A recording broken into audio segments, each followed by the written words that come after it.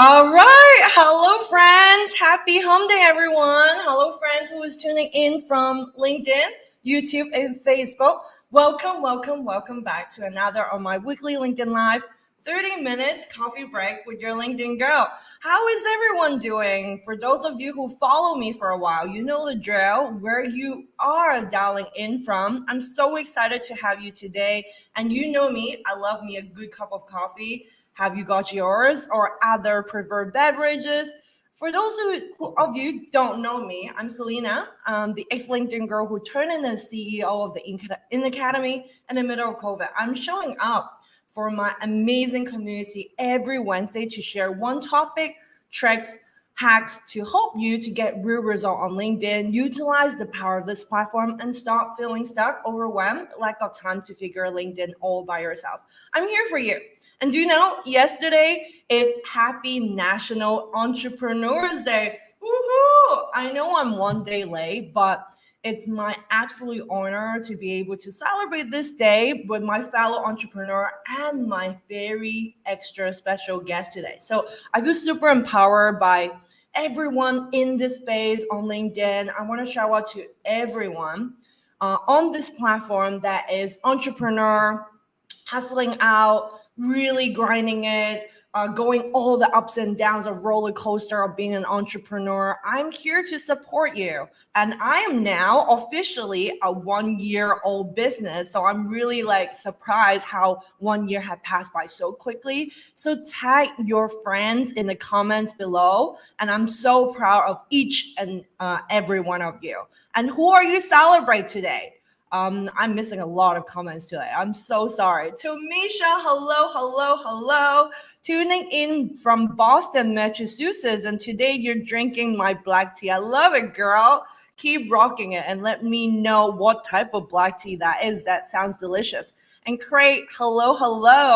Hello from Queens, New York. I am so excited that we can finally meet each other in person, Craig. I'm coming to New York soon, so I'm really excited to see you, buddy. And Fasel, good to see you. Hello from Switzerland. I know it's a different time zone for you right now. I think it's roughly around afternoon, 2 or 3 p.m. Let me know. I'm so glad you're tuning in. Are you tuning in with your cup of coffee? If that's the case, let me know. And Arturo, good to see you. Houston, Texas, happy belated Entrepreneurs Day. Absolutely. Yeah, so tag your friends how proud you are, or indeed you are the person that is celebrating this happy Entrepreneurs Day of yourself, because I'm cheering for you right now. And have you got the memo yet? The In Academy Hour, your LinkedIn Gal podcast, just reached 630 downloads just by launching for less than 2 months, I think, as of this Monday. So your LinkedIn Go podcast is out now with more than like 15 written reviews we've got. So each individual is bite size. So if you want to really get into the trenches, understanding a little bit of the insider tips about LinkedIn and how to unlock your full potential on LinkedIn, make sure you tune in anytime. So let's get started. Let me tell you something. No one tell you how hard it is, right? It is tough. Entrepreneur isn't really that easy. And some days we spend hours of the time on our project, on our business, because we're driven and passionate about what we're doing. Whether it's learning how to create a landing page or research new business management tool or launching a new program, of course. And even launching a book, we are constantly always wanted to learn more. And if you're constantly working towards your business goals, sometimes it feels very overwhelmed. And I know how that feels. Let's break down entrepreneur highlights and reality. And if you read my post today, you know what I've in store for you. So obviously, highlight it's being your own boss. You have the freedom to create your own schedule, doing what you love, watching something you create and grow and scale. Versus the reality, getting started is not easy as it looks, right? You're in charge of every aspect of your business, so it's not easy. It's very easy to overwork yourself and burn out, right? And you have to worry about small little things or big things like tax and legal stuff, and I mean all the fun stuff, right? And you have to hold yourself accountable to stick into your work schedule that you create. So we might want to do a reality check here. It's never that glamorous as everybody thinks, but one thing I am pretty sure you're great. Entrepreneurship is fun. It's a roller coaster ride. It's challenging, but yet it's absolutely rewarding. And it's so worth it. So today, I have a very, very special guest to join me on my weekly LinkedIn live coffee break with your LinkedIn gal. Got your coffee? Today, we take a moment to really reflect on our lives, assessing where we're heading. I mean, try this out. It's literally 45 days today, exactly to 2022. I know there's no better time to create a letter for yourself, which I like to call it a fill in the blank letter to yourself. You might find it interesting or profounding later when you create that. And a reminder that you're doing great things and making a difference and impacting others' lives, and you're in the right path. And this letter remind you the why. And you can keep it close to your heart for those rainy days when you're, giving up or thinking like, oh my gosh, I'm going to close my business tomorrow. So I'm super stoked to invite my incredible LinkedIn friend, founder of The Growth Habit, Rob Gilbert here, ex people and culture lead in technology and feature in Forbes retired DJ. You heard me.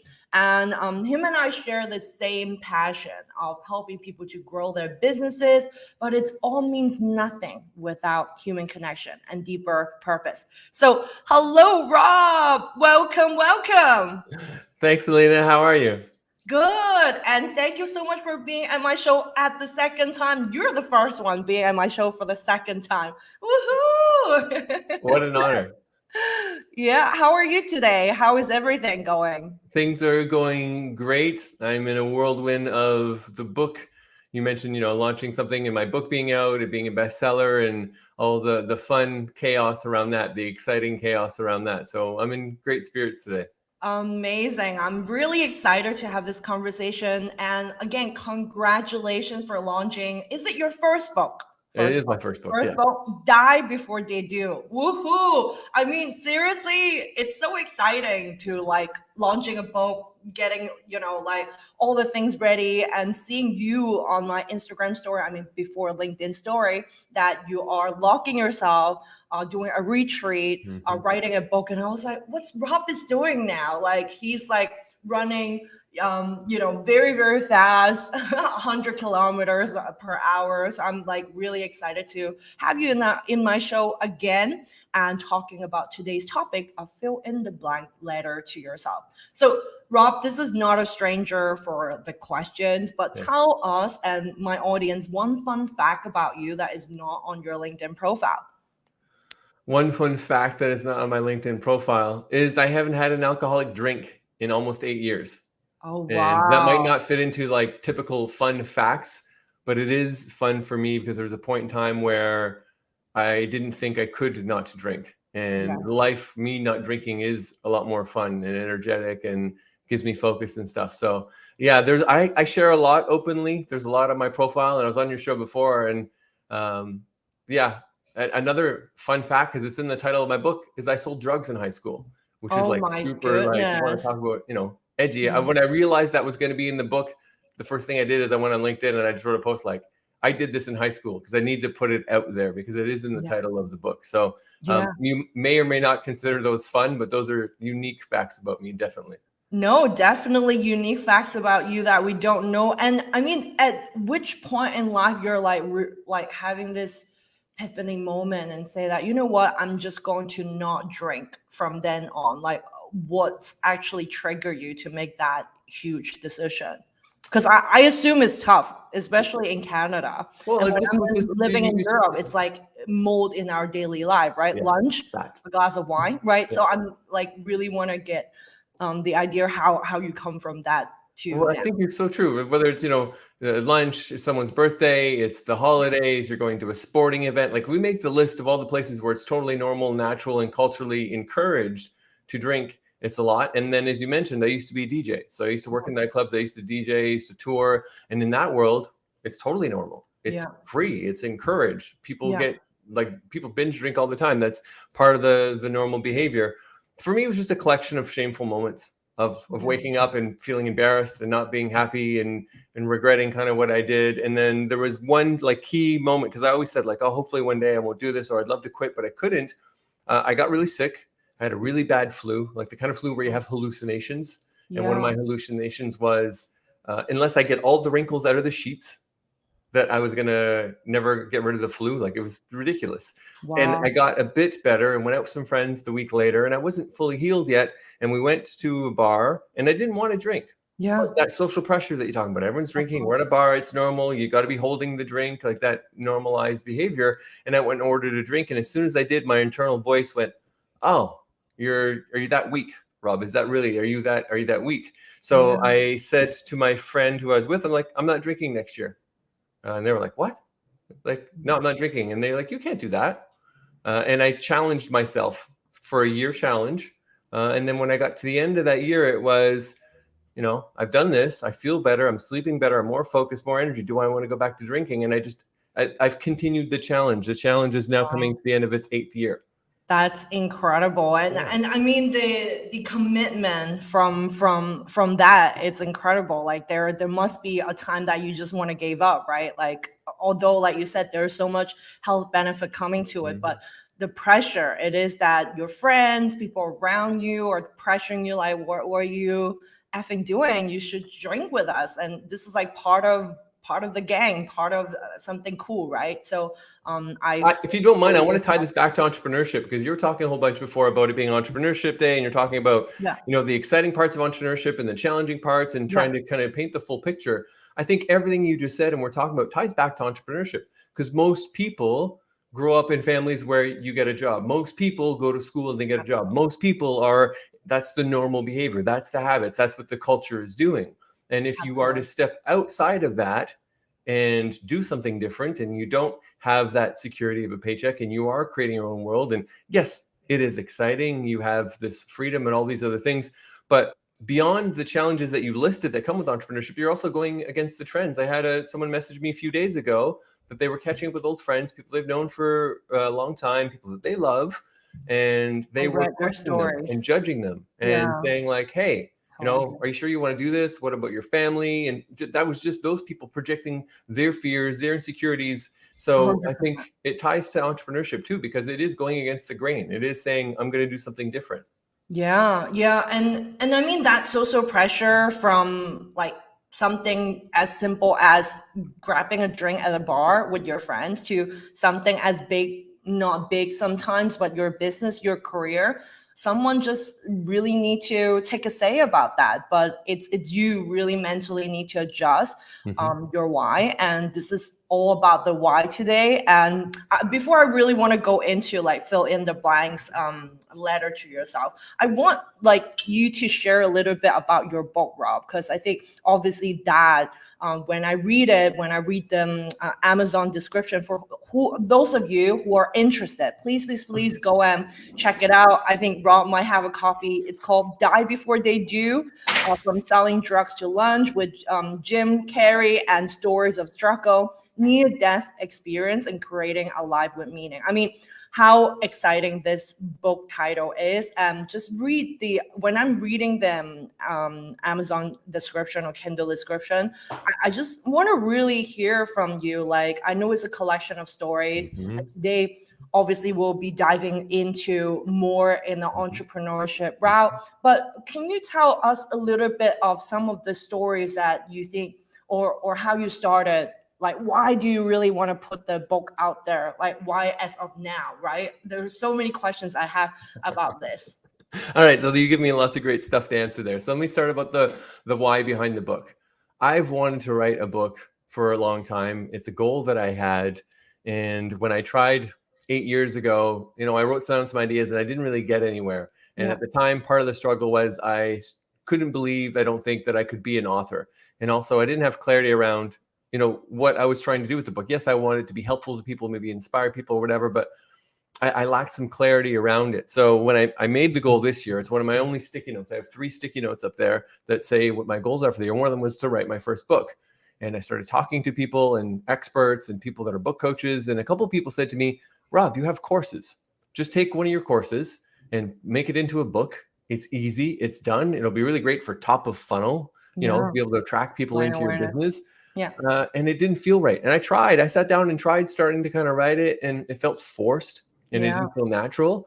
And then I had a couple things happen in a short period of time. My partner, she's amazing. She loves stories. She's always asking me to tell stories. My kids are always asking me to tell them random stories from my life. Aww. And I started sharing more, especially in like the last year, things from my life on LinkedIn. And anytime I've shared a story of some of my experiences, my misadventures, my struggles, it really connects with people. And I get not just wonderful comments, but people messaging me and thanking me and how much they connect to it, they resonate with it, and how much it meant for them. So I had a few different people message, like say like, hey, you're a really good storyteller. And then I thought about some of the content I put out, and I thought, you really are. Yeah. What if I could, what if it was a collection of some of my stories, and it would achieve that bigger goal of helping people, you know, live a life of joy, of impact, be more creative, you know, express themselves, whatever. And then once I had that aha moment, then that's when I set the crazy deadline that, I'm going to write the first draft in 45 days. So, oh my goodness. Wait, so 45 days when you sat down and like sort of like brainstorm what's the topic,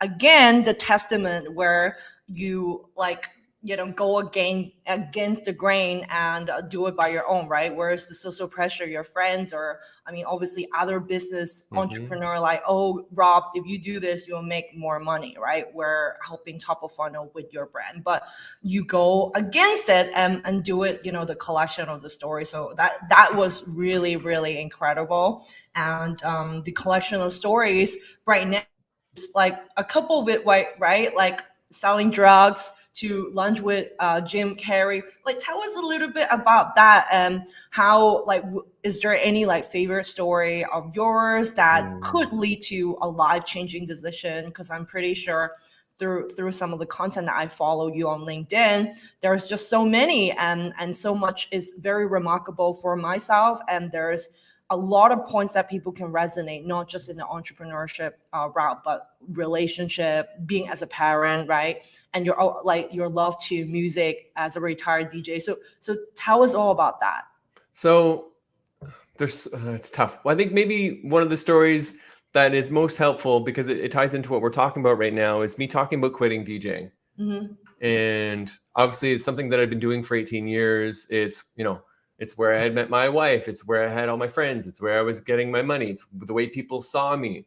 And it was just such a part of my identity, and the difficulty to change from that, it literally near killed me. I was going through a divorce and I was walking away from music. And that was so difficult that it literally near killed me. And something that really stuck with me is when I announced that I was retiring and I put that out there, I got a lot of lovely comments and people saying nice things, but someone literally posted on Facebook, "You can't quit. That's who you are." Oh gosh, yeah. And them projecting their interpretation of, so it goes back to us talking earlier about going against the grain, whether it's in social situations with drinking or with entrepreneurship. There's really touching stories around my children, but they're difficult stories. There's one with each child that they're difficult stories, that they're touching stories.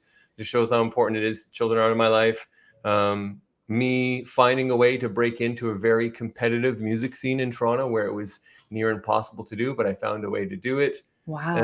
And just showing my evolution. And I think I wanted to have obviously some insights, some takeaways, some lessons, some things that people would like, wow, this is really valuable and helpful, insightful, and inspirational, whatever words feel right for you. But I want it to be enjoyable to read. I want it to be entertaining. And that's one of the best pieces of feedback I'm getting right now, is people are saying, this is amazing. I can't put it down. I love this so much. Like, I can't believe this. And people are referring it to other people, which is the best kind of compliment to get. Absolutely. And indeed, one of our audience, Vasal, which is my clients as well. Oops, sorry, I pulled out wrong comments. He ordered a copy yesterday. So Thanks, Vasal. Vasal, it's amazing that you get a copy. And he's a 10x life coach, and he's helping many millennials to their life goals and helping them to get clarity in terms of what they want to move towards in life. So that's totally echo to what you share. And obviously, I'm so thankful, Rob, for you to be here as well, sharing a little bit of sneak peek of some of the story that you're sharing there. And I think hopefully for the audience, I mean, it's not even the expensive books. It's like less than $1 US dollars to just get a copy. So if any of you are interested, and I enjoy reading a lot, and I know Rob is the best storyteller, and I highly recommend it if you're looking into pivoting into something, or you are like us, like in the crossroad where you are so pressured by your friends, by your family, by your loved ones to make a decision that you don't want. Maybe it's a great time to reflect on yourself, as well as reflect your why and your priorities. So this is actually a perfect segue to talk about this, which is fill in the blank to yourself. And I know I talk about that 45 days until 2022, right? We face a lot of challenge, Rob. Like you and I know like there's so many things that you share on LinkedIn that it's very vulnerable. Just looking at myself, now I moved to Miami. I ended my long distance relationship. I quit my job. I mean, everything happened in the same exact year. And obviously, without needing to say COVID, it's also one of the equations. So, I mean, there's so many challenges right there. And I want to like put it out there for those who is actually tuning in and listening to us.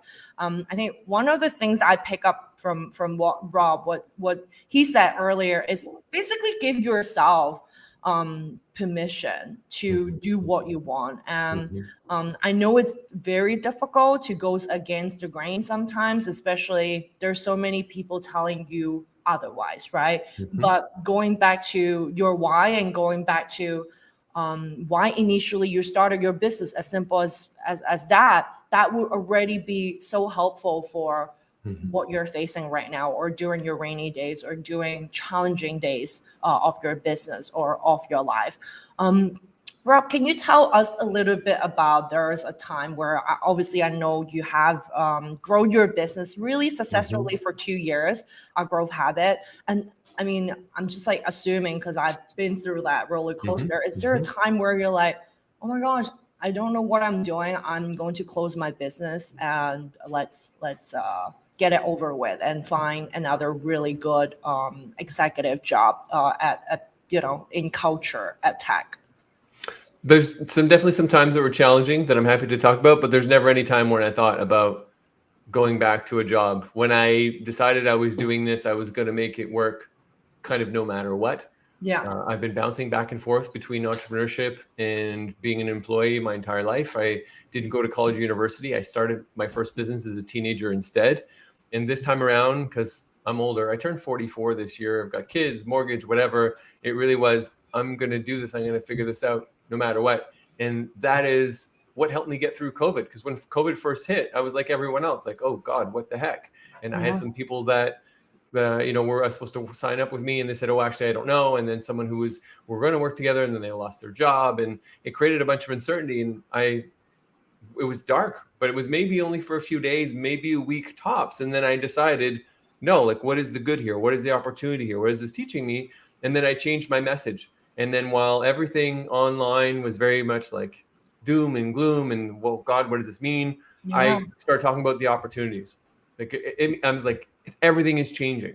Yeah. There's no question about that. But that means with great change, there's opportunities. What is the opportunities? 100%. What is the learning? How are you going to grow from this? And then I attracted all these awesome people in that period. And, after that week dip, like, started signing brand new people that I don't think were thinking of working with me before. People who were maybe on my radar, but they're like, yes, I want that. Like, I want to work with someone who's trying to figure out a way of, how do we navigate this? Where is the opportunity? Where is the good? So, and I really believe that exists in any scenario. Is how you look at it. It really is perspective. Yeah, absolutely. It's perspective, and it's to Metia, I hope I pronounced her name right. This is the best attitude and mindset to have. I might struggle, but I will gain success because I won't give up. Kudos to you. You can definitely do it, and I know it's tougher than it's have to be sometimes. And Rob, like obviously when I am preparing this, fill in the blanks letter to yourself is just such a wild thing to do, right? And I talk about it's no better time to create it. I started be writing the script and preparing this, and this is what I started and say, dear me, you're allowed to decide for yourself what's right for you, and gave my permission to. And what will you fill in that? I know I'm like putting you in the spot right now, Rob, but like, what are some of the things that you have done this year, and like one thing that you hope to do it differently, and you hope to give yourself permission to change? I'm still navigating how to give up control to certain things in my business. I have got some awesome people to help me. I've got an assistant. I've got a part-time project manager who are incredible. And for me, it's continuing to allow and to trust those people to take on more things and more responsibilities so that I can do more things I want to be doing and allow the business to grow while also not, while working less. It really is that allows you to do it. Are they going to do it the same as you? Are they going to do it perfectly? No. Yeah. But are you going to get to do the things that you're meant to do, the things that fill you joy, the things that really excite you, that light you up, if you're trying to do everything in your business? Because you mentioned earlier, especially as you're starting out, you're the salesperson, you're the marketing person, you're the admin person, you're the web design person, and unless you have a whole lot of money and you can go and hire all those people out at the outset, in which case that's still scary to me, because do you have your proof of concept? Do you know you have product market fit? Is there demand in the market? Like, are you going to spend all that money before you've got that proof?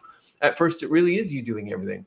But then once you start to get some clients and get some success and things go well, then you can start thinking about, okay, what are the least valuable things that I'm spending time on? What are the things that excite me the least? What are the things that drain me of energy? What are the things that I tell myself I should be doing, but I'm ignoring? What are those things? And start one by one to be delegating those. So that's something I'm still working on personally.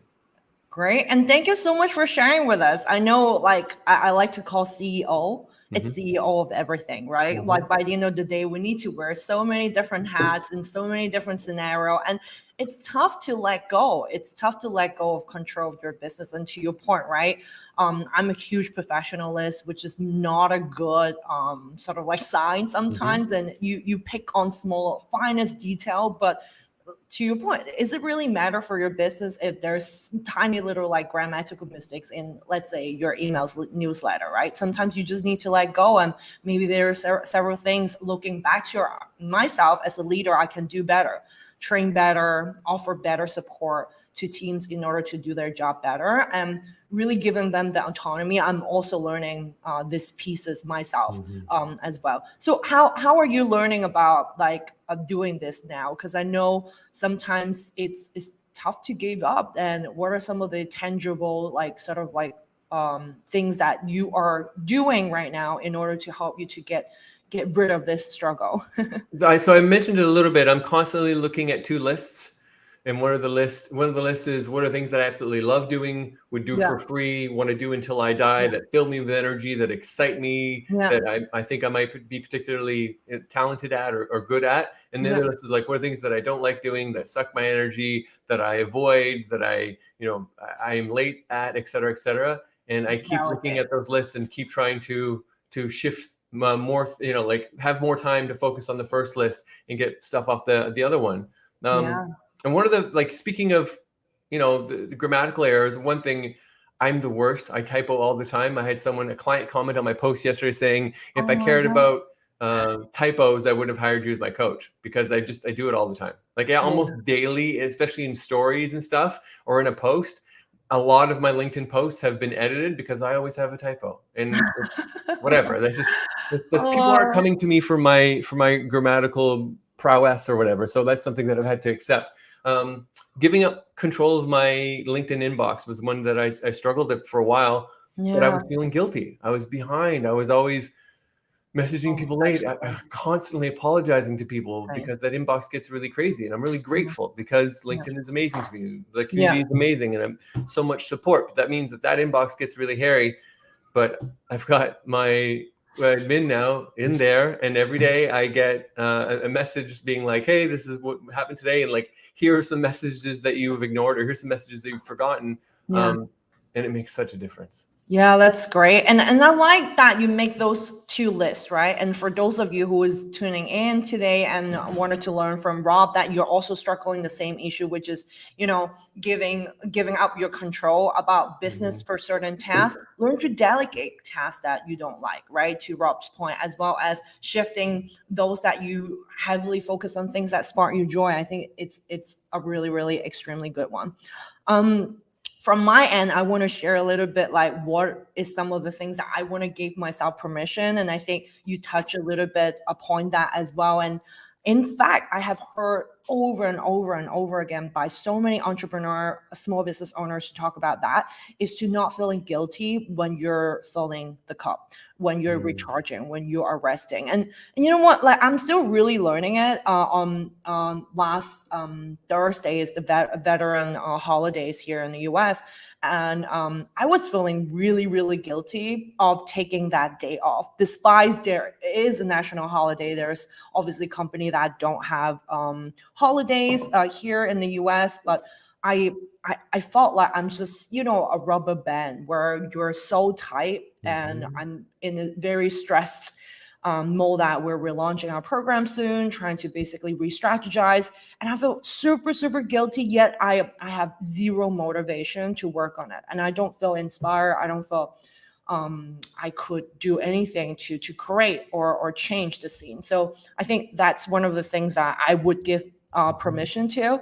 I don't know whether you have that struggle before, Rob, for that. I've learned that the hard way. And definitely, I know at this point, and because I've experienced it, that I am better in all points of my life, whether it is, as a parent, as an entrepreneur, as a coach, as a partner to my girlfriend, like anything that is important to me, I am better if I am taking that time off, if I'm going for walks in nature, if I'm making sure that I'm doing my morning routine, if I'm, allowing myself to take breaks. And that's when some of the best ideas come for me. And that's one of the things I love doing is ideation and creating and visioning and stuff. So I'm good with it. It's funny, reflecting on last year, beginning of January this year, I sat down and reflected on the entire year.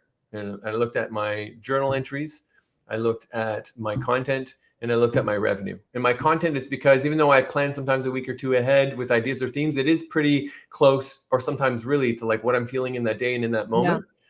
Journal entries, I'm pretty raw in there. And then revenue, there's nothing like a cold hard metric to tell you how things are going. And the periods where I was focused most on serving, on giving, on taking care of myself, on allowing things, on being grateful, were by far the periods where I was happiest, where my journal entries are amazing, and where my bank accounts reflect it. And the parts where I tried to grind and hustle and force stuff and just work until 11, 12 at night because I was trying to push a launch out were the worst months of reading my journal entries. It's like reading the journal entries of a depressed person. And my revenue took a hit. Like, it's so funny. Versus then when I changed my approach and my energy and focused on taking care of me and being grateful and knowing that, we're not robots. Like, we need downtime. This is a very powerful message for those of you who is tuning in, like listening, like 16 of you are listening right now. I love that. What Rob just said, like just a perfect testament, your positive aspect, your positive mindset, positively reflecting to your bank account, positively reflecting with your relationship in life, and positively reflecting in your health. So if you are struggling, like I do, I'm still like sort of learning a lot how to basically take break without feeling guilty. This is really the way to go. Look at the hard facts and look back to journal entries if you have written them, but that's okay. If you have not, maybe it's a great way to start one. I share fill in the blank letter to yourself for 2022, or a letter to yourself for 2021. And give yourself grace, celebrate all the big and small wins, right? And these are the way to go. I know we're at time now, Rob, and it was so incredibly amazing to have you here, like as my guest as always. And I know my audience love you, and in fact, tons of you already like getting a copy of Rob's book here. But just to let everyone know, for those that is actually watching the replay, if you're interested, please go to Amazon or just Google this book called Die Before They Do, From Selling Drugs to Lunch with Jim Carrey, Stories of Struggle, Near-Death Experience, and Creating a Life with Meaning. I will drop in the link right after this show. So if you want to catch this, that would be the link of the Amazon link to order the book. And just to let you know, it's just 99 cents US dollars. Am I right, Rob? For the Kindle book for the rest of this week, for a few more days only. The ebook is only 99 cents. And then if you want the paperback, that's got pictures and is really nice, this is it's $16.99 US. So it's still very affordable. Very affordable. Absolutely. Thank you so much for clarifying that. So if you want to grab it now before price went up. And I'm 100% sure you will learn so much from the stories that Rob is sharing here with us today. Rob, is there anything you want to share with the audience? Is there something that we talk about you want to add on addition to? Please let us know.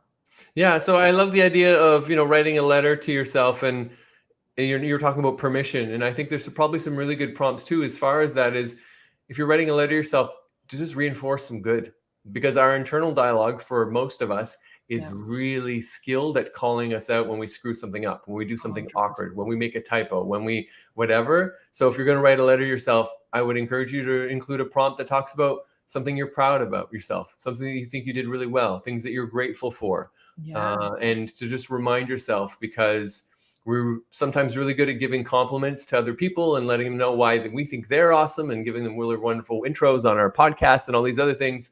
But we don't 100%. Often pause and say that those kind of loving, grateful, proud messages to ourselves. Yeah, absolutely. And we need to give ourselves more grace, right? We're the biggest critic to ourselves ultimately, but when you're writing that letter, making sure you fill with love to yourself as well. So this is a very powerful message. And just want to quickly highlight a couple of audience comments so that I wouldn't forget. Fasel said metrics are important. Data doesn't lie. Journaling is something I need to start.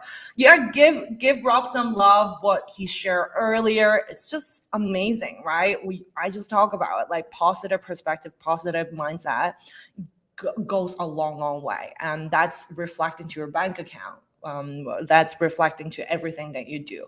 So I appreciate Fasel highlighting that. And May, thank you so much, Rob. Thanks, May. Yeah, May is amazing. May have been actually attending my weekly episode every week in and week out. So I really appreciate you very much. Check out Rob's book. In fact, Fasel already helped me to do the job. The best client ever. We're actually meet in Switzerland right before I moved to Miami. So I really look forward to see him again. And I know he's doing amazing things in this platform as well. So check it out. Fasel already put in the link here. I know it's like more chunky with the long links, but just check it out. And I'm going to put in, thank you, Fasel. I appreciate you going your way to put it. I'm going to put in a different link, and the one I'm going to put in will direct you to the right Amazon site depending on what country you are in. Because the one he put up there was the UK one. Oh yeah, I'm pretty sure. Yeah, yes. That's a good catch. Matei. I don't know. Maybe I've been saying her name wrong the whole time, but I pronounced the A at the end, Matea. She's amazing. Yeah. She's got a heart of gold. She's got a great personal story. She's working and recruiting and doing wonderful stuff. Oh, amazing. Matea, I really appreciate you as well. And always love to see you as well as all my audience during weekly show. And John, great to see you. And we have to catch up.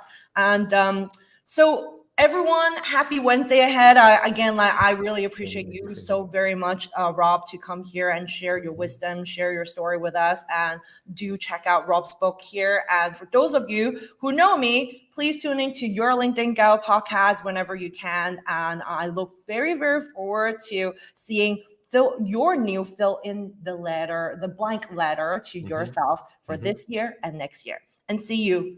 Bye for now. Bye, everyone. Thanks, Thank you, Rob.